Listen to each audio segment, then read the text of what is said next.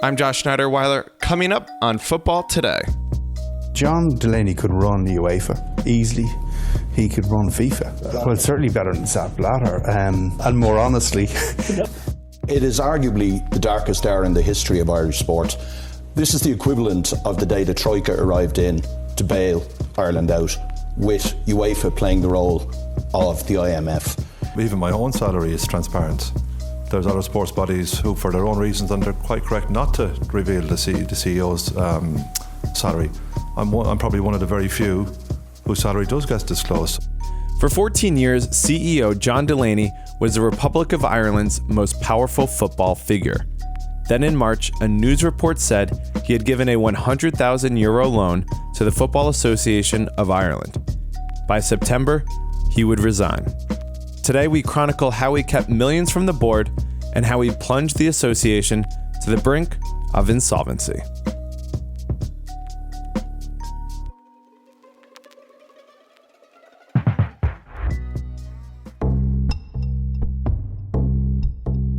Today at the FAI headquarters in the National Sports Campus, we finally got to see the full scale of the debts facing the FAI. The story is stark and bleak. The press conference was originally scheduled for 12 noon. Just before that, they said, look, we'll start at 1 o'clock. They still hadn't got the accounts. We could see the executives, the board, running around in the parts of the building, that we were cordoned off from. Mark Tighe is a journalist for the Sunday Times. We were waiting in kind of the press centre and using their kitchen there to keep ourselves occupied. I was charging my phone off the plug beside their Christmas tree.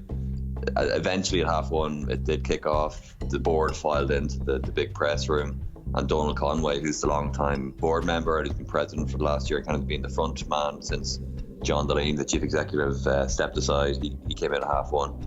It was strange because we were waiting for these accounts to cover the last 2 years. One set of accounts, the 2017 accounts, would be restated because they found out they were fictional, basically, that there was loads of stuff they'd missed, and the new 2018 accounts. And a sign of, I suppose, how dysfunctional the FAI are at the moment is that, as they came in, we still hadn't got the accounts. So we're supposed to ask questions about them, but we hadn't actually got a physical copy, even though we'd been promised them, to have at least half an hour to read them. So they put them on their website literally as they walked in, and their website wouldn't work. We had to come off the Wi-Fi. Anyway, eventually the press conference started. We were reading the accounts on our phones and everything as the board members were talking, and it was jaw-dropping, 2017, again, we declared a profit of 2.8 million. There were adjustments of 5.6. We've gone from a profit of 2.8 million to a loss of 2.9.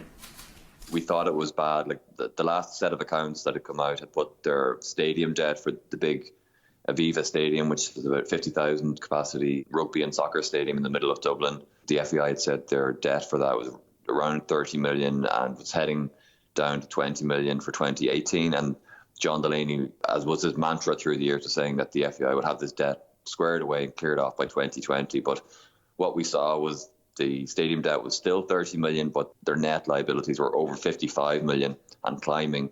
What was your reaction and then other people's reactions in the room as this was all unfolding? About a couple of weeks ago, Paul Cook, who stepped into the breach with the FAI, is now their executive lead and he's their vice president. He's an accountant by trade. He warned us the accounts would shock us, and they definitely delivered on that front. It was hard to process because you basically literally had one eye on Paul as he was giving his presentation, and you'd one eye on your phone or laptop as you're trying to read the accounts. And Deloitte were the auditors, and they'd put in a lot of warnings, saying they couldn't guarantee the FAI was a going concern. So that's the kind of with the headline figure up to 55 million euro debt, and that Deloitte refusing basically to sign off as a company as a going concern. That's a huge thing for an audit firm to do. It basically means the company is basically insolvent. They were saying that they discovered costs in the region of just under 300,000 euro in 1 year with John Delaney's personal expenditure. And you're like, oh my God, how is that possible? How was that missed? So a lot of shock and, a bit of anger too, because, a lot of all these football reporters and myself, we'd all be football fans to find out that this is the true situation when John Delaney he's been CEO for some nearly 15 years. He'd been all the time publicly stating that the FAI was in good financial shape and it was in line to pay off its debts by 2020. So to finally have it in black and white in front of you that was all a facade, that was all untrue, there was at least a satisfaction that finally the truth is out there.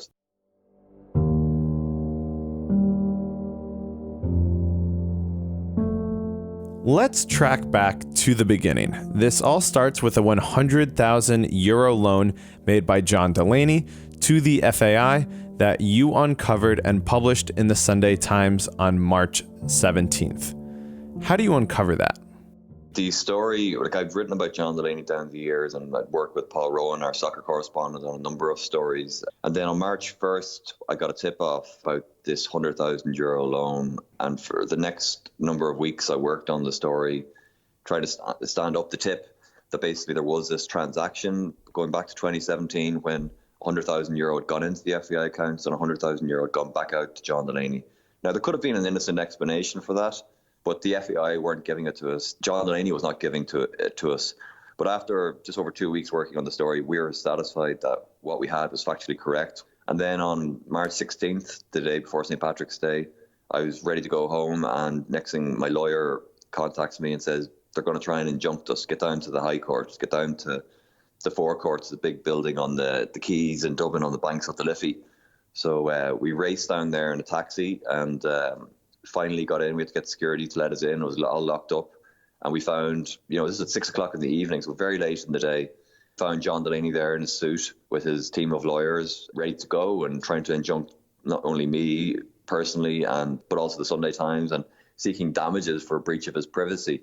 So we just about got a lawyer. It was very hard to get a lawyer that late in the day. A senior counsel who went in and did a great job for us. So after a 3-hour hearing where John Delaney was trying to say that our information could only have come from his divorce case, the judge said, no, there's no proof of that. And, this information is a significant public interest. Any transaction of the one that was outlined by us between the CEO and the Football Association of Ireland is a significant public interest. And thankfully at 9:30, just about half an hour before our publication deadline, we managed to get the story into print, including the fact that Delaney had failed in this last-ditch effort to injunct us. And I remember putting out a tweet on Saturday night letting people know that we just spent the last 3 hours with John Delaney in the High Court and we'd won, and the story would be in the Sunday Times. And after we'd gone to print, John Delaney and the FAI, 11:15 that night, bizarre timing, they put out a statement explaining that this transaction was a bridging loan. And why they couldn't tell us that 3 weeks previously, I don't know. But obviously he knew it was coming out, so he had to get his explanation out there. So what did the story reveal? What the story basically revealed was that, John Delaney had been saying the FAI's finances were in good shape. And what our story revealed was, no, hang on. They were in such dire circumstances financially in 2017 that their own employee, their CEO, had to bail them out to keep them on the road. And that story sparked the crisis in the FAI. It has carried on to this day, and things escalated very quickly. And thankfully for me, the investigation went deeper and deeper, and we got more and more information out there about what was happening between the FAI and John Delaney on the finance side, and what kind of money he was actually extracting from the FAI. And so you mentioned this is only the beginning of the investigation. Where did your process go from there in terms of your own personal investigation of it? Well, I remember St. Patrick's Day when the story came out, my phone was exploding. People going crazy, like, what's this about? Because on its own, it could be an innocent enough thing. But the fact that he'd gone to injunct us, that created the whiff of sulphur. What's Delaney trying to hide here that he's so desperate to stop this story going out? And I was contacted by a number of people. I can only describe them as whistleblowers. One in particular was adamant that they wanted to meet me. So I was there, literally watching the St. Patrick's Day parade with my children. And I was saying to my wife, look, I need to go and meet this person tomorrow morning, and that's usually my day off. And thankfully, she was able to cover for me. And that meeting really opened my eyes. The person I met was able to provide a lot of good background information. And the next Sunday, I was able to establish that, unknown to everyone nearly, that the FAI had been paying John Delaney's rent of up to €3,000 a month on his house, quite a palatial house, initially in Dublin and then in Wicklow for over 10 years. And that caused consternation when that came out, because his salary had always been a big issue of controversy in Ireland. But the fact that he was getting there's basically an extra €36,000 a year from the association when Staff had to take pay cuts, at the very bottom level. This caused huge anger.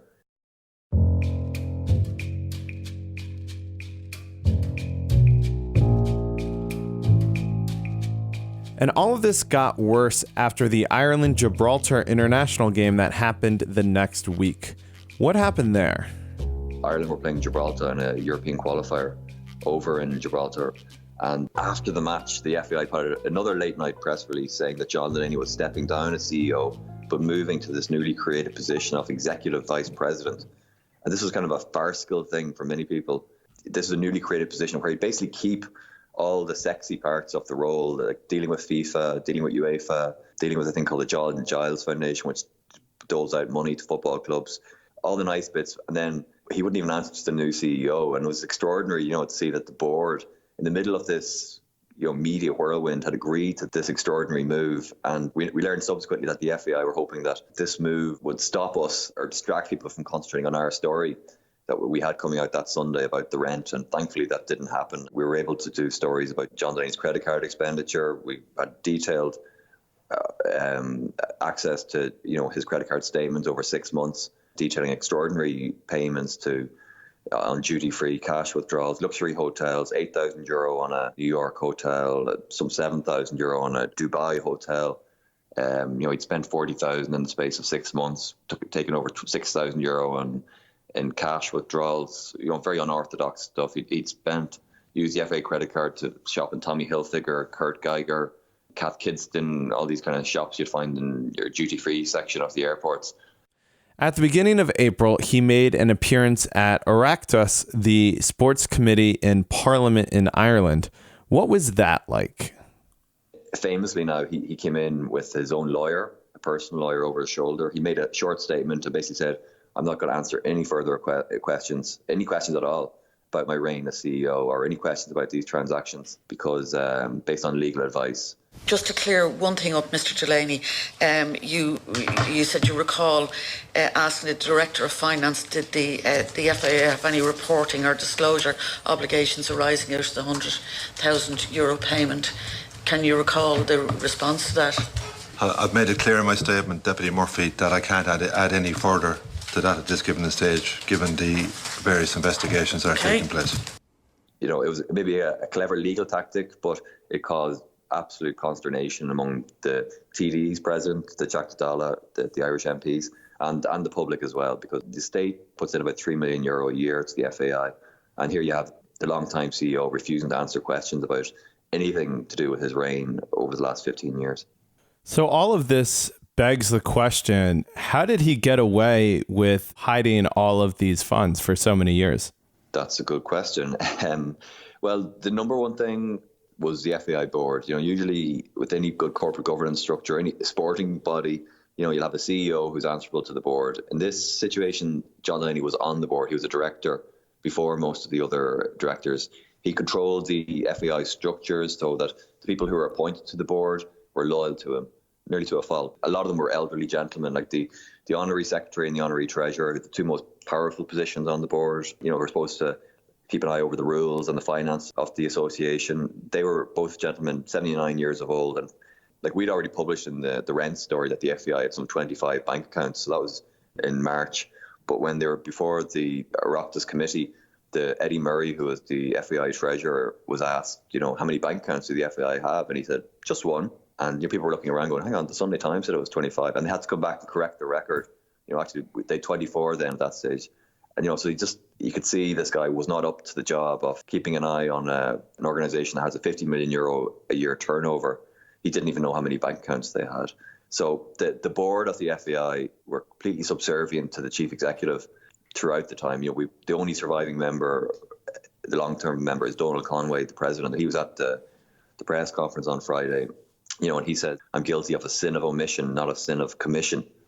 So he's saying, he admits that they should have asked more questions, but he says they weren't given the information.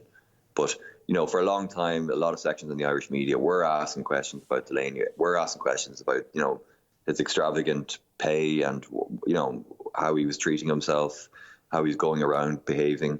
Just to be clear, this all happened because he kept people in the dark on the board. And other board members helped him do that, correct? Yeah, like one of the aspects that came out last week was that in 2014, the remuneration committee of the FAI board consisted of two people, the treasurer and the secretary, Eddie Murray and Michael Cody, had agreed what we call a golden handcuffs deal, that if Delaney would continue working with the FAI until 2021, they basically get a €3 million payment, pension and bonus payments for his work. But the auditors were never told about that. So that was a €3 million liability that should have been on the FAI's books in their accounts every year. And Donald Conway, who's now the president, said he was never told about that. But you weren't aware of I wasn't the aware bonus of arrangements? the contracts, the implications of which are clearly reflected in the accounts that Paul has presented to us there earlier. But I wouldn't have been aware. So how were those approved by the board? The contracts, some board directors were authorised to deal with the CEO, and they would have dealt with the CEO. So, we had this extraordinary siloing of information in the FAI. I spoke to Murray at the weekend, and he said, well, the board were told when we did that deal, if they wanted to see Delaney's contract, they could see it, but they had to go to his office, in Abbottstown. So you can see this is part of the whole control that Delaney had. A lot of these board members were just normal football administrators, and their leagues were reliant on Delaney and the FAI for funding, and as a regulator as well. So you can imagine like someone coming up from rural Ireland who's suddenly on the FAI board going, yeah, let's go down to John Delaney's office and let's have a look at his contract. It's just laughable, that they allowed that to happen. If you look at it from an independent point of view, you have to say, well, you weren't asking the right questions, So that's something that still has to come out in the wash. A lot of questions there for anyone that served on that board, how they allowed this to happen on their watch. It almost sounds like a mafia movie, just in terms of one guy at the top and everyone not really choosing a question. Yeah. There was a lot of fear. John Delaney was a very powerful man in Irish football. He famously talked about going around to over 2,000 clubs. Like, this was the extraordinary part of his personality and his modus operandi, that he was always on the road visiting small, tiny clubs and going to their dinners, their presentations. Sometimes he'd bring Giovanni Trapattoni or Martin O'Neill, whoever was the Irish boss, with him, basically ingratiating himself, and maybe he'd give them a few hundred tickets or a signed jersey or announce there's 5,000 or 10,000 euro from the FAI. So that ensured he had a load of support from the grassroots. Also, if you got on his bad side, you're basically excommunicated from the football world. Your club might not get funding again, or there could be consequences. So yeah, the way he ruled, it was a lot like Sepp Blatter, I think. He was a mini Sepp. And the video has been shared this week in Ireland of Delaney criticising Blatter for the way he controlled FIFA, his personal fiefdom. And whatever Blatter says, and he talk eloquently about the love of the game and all those wonderful words that he uses, he's now not fit for purpose to be the person leading FIFA, because his own personal image is so tarnished.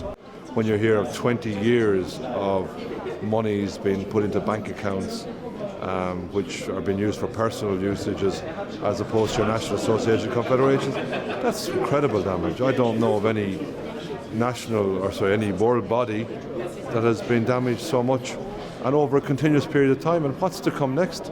If you watch John Delaney, he was copying nearly everything that Sepp was doing.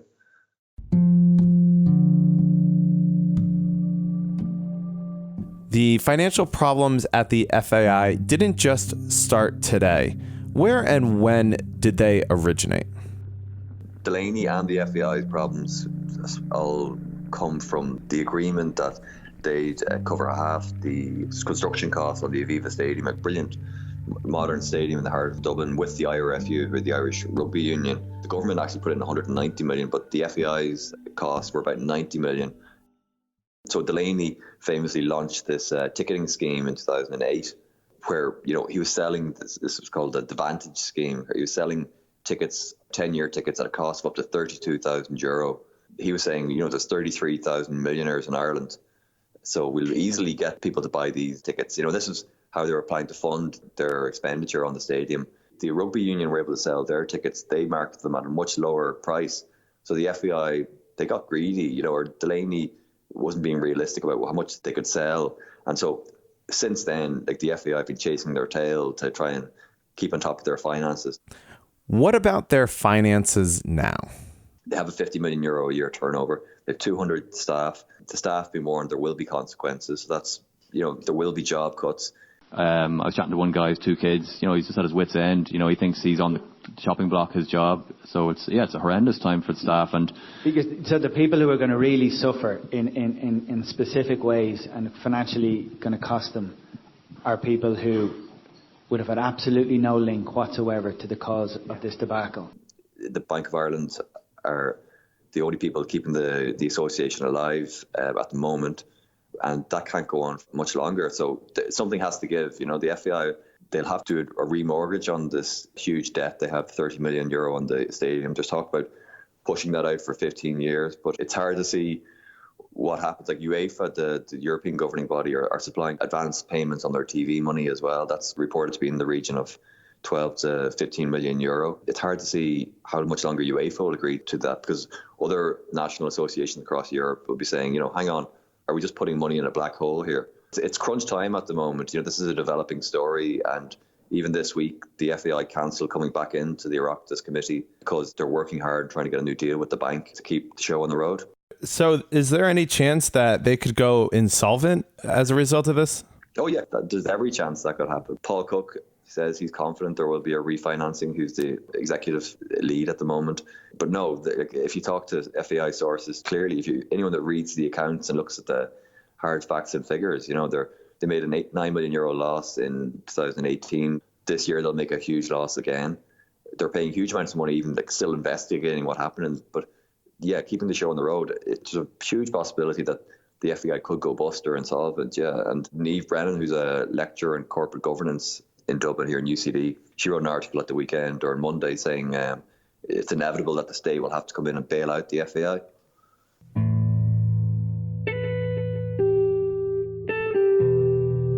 If we try to look forward to the future, does the FAI look like they've learned from this, or what is the leadership looking like in the future? As part of this crisis, the Sport Ireland and the FAI agreed to do a governance review, and that was one of the fastest reports to come out of this whole mess. Back in June, they brought in 78 recommendations, including that there be 4 independent directors put onto the FAI board, and that would be a huge change. That would include an independent chairperson, because one of the biggest problems, as I've already said, is how the board were captured by Delaney and didn't ask hard questions and, offered them all these mad financial deals. So if there was 4 really good independent directors on the FAI board, including an independent chairman or woman, that would be a huge plus from a corporate governance point of view. You'd have people that would ask hard questions and not allow the kind of messing that went on under Delaney. But unfortunately, that hasn't happened. There's been a bit of a standoff to getting these directors in. They've been selected, their names aren't out there, but because they haven't seen the full accounts until now and haven't seen some of the investigative reports that have gone on commissioned by the government, they're kind of under lock and key and they've been sent to the Irish police. There's a bit of a standoff. They want to know what they're getting into, which is understandable. But I think that's key. If the FAI has to have a future, it has to have some independent voices on their board. And if they can get that, then they can start looking at recruiting a replacement for Delaney, a full-time chief executive who has good business acumen and can right the ship, and keep it going. Is he going to go to jail for this potentially? We reported at the weekend that the revenue commissioners, the tax authorities and the Irish police have set up a special body to investigate the issues in this report called the COSI report. So there is a criminal investigation ongoing. Legally you have to be careful about what we say about that, but a lot of these transactions that we've revealed and that we know about but haven't been reported on are hard to explain, hard to justify, and there is a full investigation ongoing. So when the police investigate, there's either 2 outcomes. They bring charges or they don't. So we'll see what happens on that front.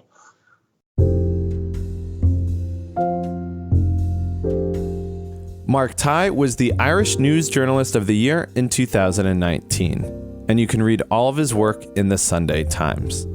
The show is produced by John McKenzie. I'm Josh Schneider-Weiler, and this was Football Today. And if you enjoyed the show, please rate and review us on iTunes and share it with a friend. See you next time.